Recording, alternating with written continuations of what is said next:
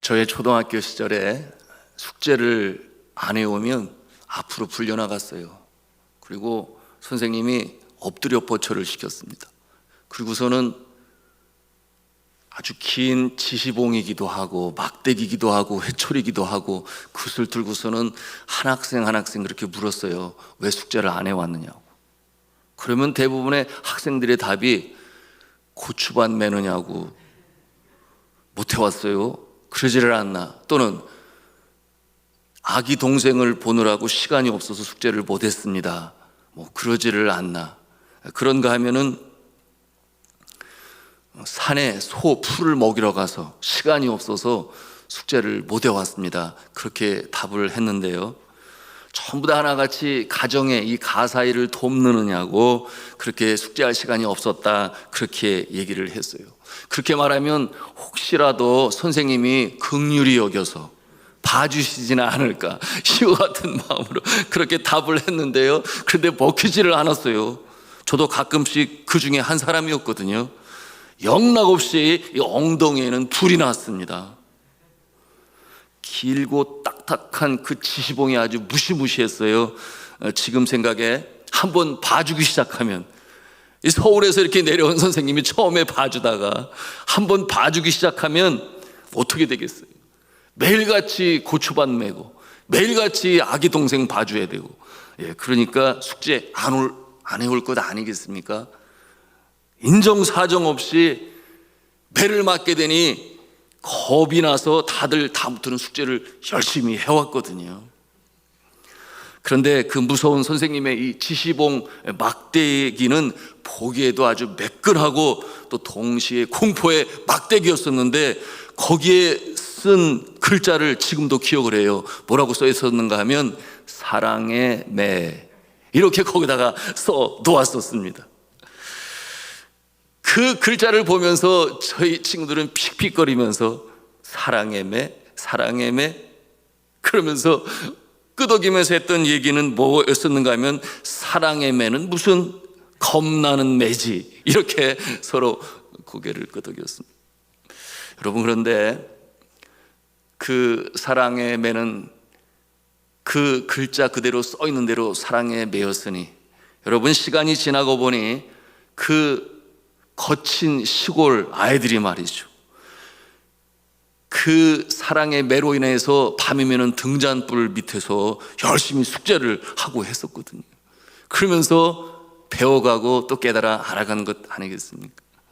자, 오늘 우리가 대하는 말씀의 주제가 주께서 주시는 징계입니다. 이는 곧 사랑의 징계인 것이죠. 6절 말씀 우리 같이 읽도록 하겠습니다. 시작. 주께서 그 사랑하시는 자를 징계하시고 그가 받아들이시는 아들마다 채찍질 하심이라. 아멘. 여러분, 이 징계란 말을 성경 원어에 보니 파이데이아, 그렇게 써 있어요. 여러분, 파이데온 이런 말도 들어보셨을 것 같은데, 파이데이아, 영어로 어떻게 번역을 했는가 보니 디스플린, 그렇게 되어 있어요. 그 뜻이 무엇인가 하면은 교육 또는 훈련인 것이에요. 그리고 그런가 하면은 또한 뭔가 잘못했을 때에 따끔하게 다스려서 다시금 일으켜 세우는 체벌과도 같은 그런 뜻도 가지고 있습니다. 또 다른 표현으로는 오늘 11절 후반부에 나타난 단어가 있는데, 그게 어떤 단어인가? 연단이라고 하는 단어예요. 그러므로 징계는 연단의 한 방편이다, 이렇게 생각하시면 틀림이 없어요. 징계는 분명한 목적이 있으니 휘어진 것을 똑바로 잡아서 잘 되게 하는 것이니, 그러므로 사랑의 매다라고 말해도 틀림이 없습니다. 과거나 지금이나 내 자녀가 아닌 남의 자녀가 잘못될 때에 내가 임으로 체벌을 하면 여러분 한 소리 듣지 않아요?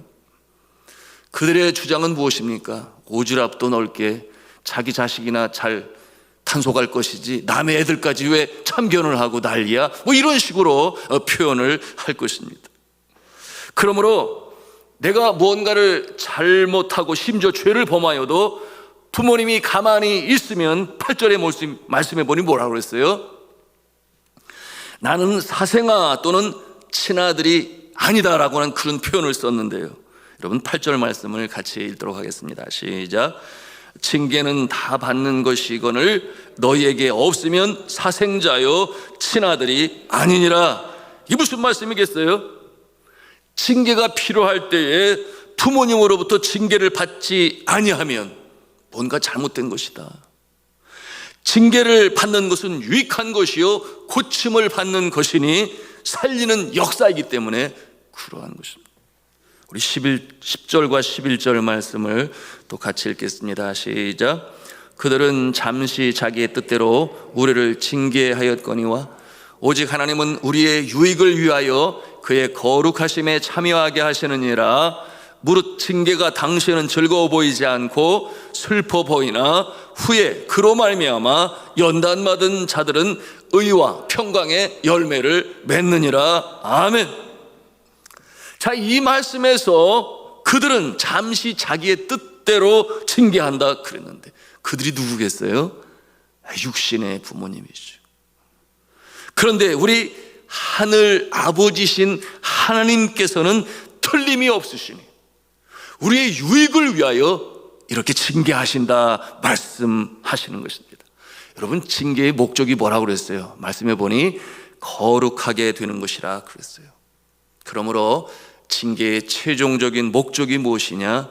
그 결과가 있으니 의와 평강의 열매를 맺게 하는 것이다, 그렇게 말씀하고 있어요. 여러분, 의와 평강 곧 하나님의 성품이요 천국 백성의 성품이요 그와 같은 모습은 복 있는 자의 모습이니, 여러분, 우리의 심령이 우리의 성품이 먼저 주를 닮아갈 때, 다른 말씀으로 말씀드리면 성령의 열매를 맺는 성품으로 나아갈 때 복 있는 인생이요 하늘의 신령한 복이 임하는 줄로 믿으시기를 바랍니다. 그러므로 징계가 임하고 어려움이 임할 때에 참고 견디라고 하는 것입니다. 행여나 낙심하거나 낙담하지 말라고 오늘 말씀하시는 거예요. 의와 평강의 열매가 열릴 것이기 때문에. 이 일에 본을 보이신 분이 계시니 누구라는 것입니까? 예수 그리스도께서 본으로 보이셨다. 우리 2절 말씀을 또 같이 읽겠습니다. 시작. 믿음의 주요 또 온전하게 하시는 이인 예수를 바라보자. 그는 그 앞에 있는 기쁨을 위하여 십자가를 참음으로 부끄러움을 개의치 아니하시더니 하나님 보좌 우편에 앉으셨느니라. 아멘. 이 십자가의 고난과 멸시와 천대를 참으심으로 구원의 역사를 이루시고, 그런가 하면은 하늘과 땅의 모든 권세를 가지시고 하나님 우편에 앉으셨다. 이 예수 그리스도의 이 십자가의 고난과 멸시 천대를 참으신 그 모습이 바로 우리를 이처럼 온전하게 만드시는 하나님의 징계가 임할 때에 닮아야 할 모델이다, 그렇게 오늘 말씀하고 계십니다. 성경의 인물 중에 이처럼 사랑의 징계를 참고 견딤으로 위대한 역사의 주인공이 된 대표적인 인물이 있다면 그는 모세일 것입니다. 여러분, 모세의 모습을 상상해 보십시오. 그가 유모이자 친어머니였죠. 요게벳, 그의 친어머니로부터 양육받고 성장하게 되었으니, 여러분, 저가 히브리인이라는 것을 알게 돼요. 자신은 애굽 사람이 아니고 자신의 민족적 정체성을 갖게 되니, 그래 나는 히브리인이야. 그러면서 그의 마음에 어떤 생각이 들었겠어요? 내가 히브리인들을 위하여, 나의 동족을 위하여 뭔가를 해야만 해. 그와 같은, 어쩌면 거룩한 부담일 수 있겠습니다. 그와 같은 마음을 갖고 있었는데, 여러분, 당시 최강의 애굽의 나라의 왕자이니 거칠 것이 없어요. 그러므로 자신의 동족을 위해 무언가를 해야 한다는 마음을 가지고 살던 중에 이 노예와 같은 삶을 살면서 노역에 시달리는 히브리, 자신의 동족을 때리는 이 애굽 병사를 바라볼 때에 그 마음에 분노가 일었어요. 참지를 못했어요. 여러분, 그때의 그 혈기로 말미암아 그를 때려 죽이고 그리고 모래로 덮어 감추게 되었어요. 아주 아주 순식간에 일어나는 그와 같은 일이었는데요. 여러분, 이와 같은 상황에서 그 사실이 밝혀지게 되고 바로 이 애굽 왕 바로가 모세를 잡아오라, 이와 같은 상황이 되니 두려움이 엄습하여 저가 궁을 떠나서 미디안 광야로 도망치게 되는 그와 같은 모습이 되었습니다. 한순간의 혈기로 인한 살인이 그 인생을 아주 곤두박질 치게 그렇게 만들었어요. 이때로부터 하나님의 사랑의 징계가 시작이 됩니다. 또 다른 말로 연단이요, 교육이요, 훈련인 것입니다. 여러분, 장차 이스라엘 백성들을 출애굽을 시킬 이스라엘의 영적 지도자로 세우시기 위한 이 하나님의 훈련의 과정은 아주 가혹했습니다. 그 권세로 당당했던 애굽의 왕자가 미디안 광야의 무명의 목자가 되었어요. 양치는 자가 되었습니다. 그때로부터 시작해서 40년이라고 하는 기나긴 시간이 흐르게 되었어요. 여러분, 자신을 사랑으로 키워주신 어머니가 얼마나 그리웠겠습니까? 그리고 자신의 또 혈육이, 자신의 그 형제 자매가 또 얼마나 또 보고 싶었겠습니까? 그러나 만날 수가 없어요. 그런가 하면 자신의 마음에 포부로 있었던 내가 이 히브리 민족 나의 동족을 구원해내리라 하는 그와 같은 포부도 그저 물거품처럼 사라져 버리게 되었습니다. 여러분, 이와 같은 모습은 그야말로 욱하는 그와 같은, 한순간을 참지 못하는 그와 같은 혈기 많은 자신의 이 성품으로 되었으니 어쩌면 자신이 미웠을지 모르겠어요. 40년의 삶 속에 그를 바라보시며 이 모세의 이 성숙하지 못한 성품을 다듬어 가시고, 그리고 출애굽을 위해서 미리 이 미디안 광야, 바로 출애굽의 여정으로 가는 길 아니었겠습니까? 그 지형을 파악하게 하시는 분이 계셨으니 바로 하나님 아버지, 바로 여호와 하나님께서 이 모세를 그렇게 훈련시키시고, 모세는 알지 못했어요. 그러나 하나님께서는 매일같이 그를 바라보시며 하루도 빠짐없이 그와 함께 하셨던 하늘에 계신 하나님 아버지, 그리고 어떠한 모습으로 성숙해지게 되었어요? 이 모세가 민수기 12장 3절에 보니 이 사람 모세는 온유함이 지면에 모든 사람보다 더하더라, 이와 같은 말씀으로 표현했습니다. 여러분, 그 긴 징계와 연단의 과정을 통해서 이 모세는 하나님의 사람이 되었으니 천하의 사람들에게 자기의 권위를 내세우며 대항하지 아니했습니다. 여러분, 모세의 이 온유함이 어떠한 뜻을 가지고 있겠습니까? 피철한 종처럼 누구 앞에서, 하나님 앞에서 자신을 낮추며 하나님께 기도함으로 해결함을 구했던, 어느 순간도 그와 같은 모습으로 부탁드리는 이 온유함을 갖게 되었던 것입니다. 그것이 바로 모세의 온유함이었는데요. 그렇기 때문에 하나님께서 귀하게 사용하시는 종이 되었고, 하나님의 영광의 역사를 나타내는 일에 길이 빛날 지도자로 세움받게 되었던 것입니다. 제가 이 모세를 깊이 묵상을 하는 가운데 제가 썼던 묵상 시가 있어요. 영성시인데 영상으로 되어져 있습니다. 함께 보시도록 하겠습니다.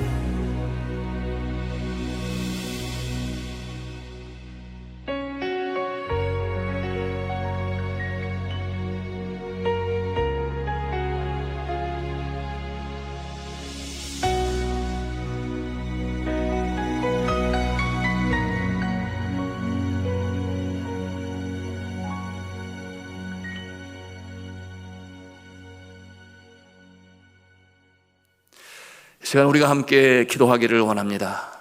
혹 여러분 중에 이 징계 가운데 계신 분이 있습니까? 연단 중에 계신 분이 있습니까? 그러나 하나님이 함께 하시고 바라보고 계시니 주님께서 마침내 우리의 성숙한 모습으로 세우시고 다듬으시고 변화시킨 하나님께서 이처럼 세우시는 날이 올 줄로 믿습니다. 우리가 함께 기도하며 나가기를 원합니다.